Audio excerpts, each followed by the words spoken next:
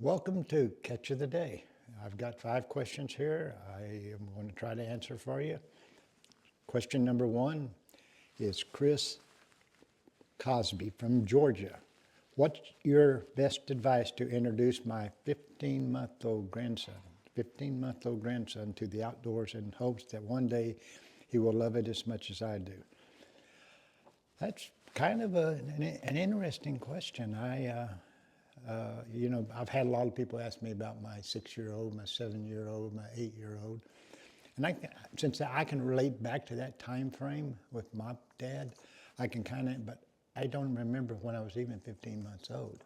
But still, I understand what he's saying, and I know even that young of a child will absorb, more than we give it credit for. And my dad, he took me hunting and fishing with him when I was, 3 or 4 or 5 years old. And I still remember some of it. But my favorite part, and I think is my advice is that take him with you, expose him to nature, but make sure they're comfortable. Because if they're cold or something's going on, that's going to kind of turn into a negative event for them. So as long as it's a positive event, it will stay with them. And those positive events will add up and grow. And even like when I got older, maybe 6 or 7, my dad, he was a tree climber when we deer hunted. and these trees didn't have the little ladders on them like they put on them nowadays. And anyway, I can distinctly remember at 5 or 6 years old, him wrapping me in a blanket, climbing up in a tree and tying me to a limb and then leaving. But I remember that. But you don't recommend that. Well, I don't recommend it, but it wasn't a negative for me because I was looking down at the ground at little birds and, little different creatures, and I was imagining others. So that's the best way I can say is just expose them to it, but make sure it's a positive experience for them. Question number 2, Ryan Potts. We all know that professional fishing can be and is a very expensive. At what point in your fishing career did you finally realize that you were going to make it as a pro and not just for a decade, but for your entire life? I was just hoping a decade at that point in time.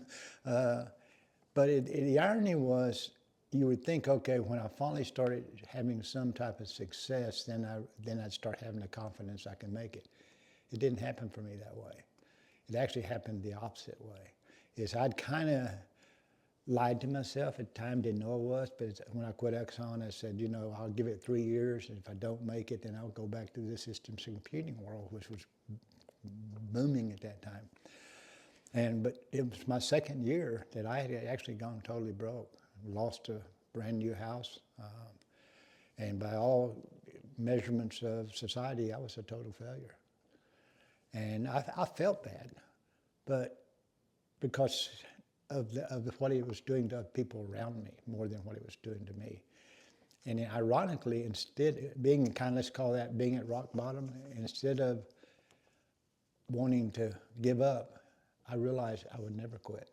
I really liked myself, and this is strange, I liked myself more than I'd ever liked myself in my whole life because I was pursuing something, I was dedicated to it. But I knew I had to make it happen. I can't wait for that lucky day you pull in this magical cove and kill them. I had to make it happen. And to do that, I had to know the art and science of the sport. And that's really where my real journey began. And I knew I'd be doing it for my entire life. And fortunately, it turned around in just a year when I won the Classic. So I think that's going to be a different answer for everybody. Bill Muehlhausen here. Do you think fishing is better today or back when big tournament fishing started in the late 60s? Honestly, this can be argumentative, but not by much. Honestly, I think it's better today than it was back then. And a lot of people immediately go, no, it's not. Why? Well, I know why they say that, but the reason I say it's better is because of catch and release. Our lakes back before the 60s, we were taking the fish out of the lake. We were putting them on stringers and they were killing them. We were killing them. When catching on the east took place and when it finally caught hold, we were putting them back in the lakes. Now here's why a lot of people think, yeah, it's not maybe as good. It's because they're smarter. We released them, they've been caught before, and they pass on that. In nature, you know, the laws of survival say you better learn from your mistakes or you don't survive. But personally, I really think it's so much better today, and we've got so much better equipment to use. And question number 4, Stan LaFever, California. What impact do you think D. Thomas had on fishing? D. Thomas was what do they call those people, an enigma? He was doing something that nobody had ever done, and that was his technique called flipping. And he started it in California, and he brought it east and started using it in some BASS tournaments. One of the very first tournaments he ever fished. And he showed us, we didn't even have the equipment that he was using. We didn't have 8-foot long handle rods. We didn't have these oversized, heavy ounce and 1 ounce jigs. I remember his partners that drew him, they'd come back in and say, tell what, man, you know what he was doing? And they explain it. And so they would take slip sinkers, which a big one for us was a 1/2 ounce, and add 3 1/2-ounce sinkers, you know, on their worm or jig. Even their jigs were rarely over a 1/2 ounce, so they'd add weight to the head of the jigs. But the main thing about his technique that fascinated me was the efficiency of it. I was a caster. I'd make 30, 40-yard casts. And I'm casting to what I consider most of the time the strike zone out there. And let's say it's a stump, and it's only 10 feet around that stump that's the strike zone. So when I work that 10-feet area, and then I've got to reel it, the other 70% of the cast back to me, that's wasted time.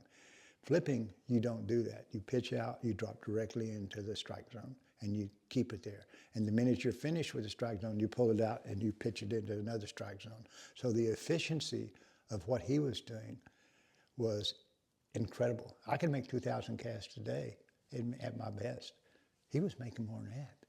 And his lure was staying in the strike zone the whole time. So the efficiency amazed me. Thomas Ward. I'm at a point in life I could use some advice. In September of 2024, my tournament partner and I, and a wonderful friend, passed away. He was also my stepdad. We fished 289 tournaments. We fished, that's a lot for you and your partner to fish, plus almost every weekend for almost 45 years. What advice can you give me to keep fishing? I'm at the point of selling all my rods, tackle, etc. And any advice would be appreciated. Again, it's hard for me to relate to that. I've lost some friends, but we didn't spend near as much time as it sounds like you two spent together, not even close. And just what little time I spent with them, yeah, you will always miss them. And but I would just say take a break. This happened just recently, September 2024. Give yourself a break.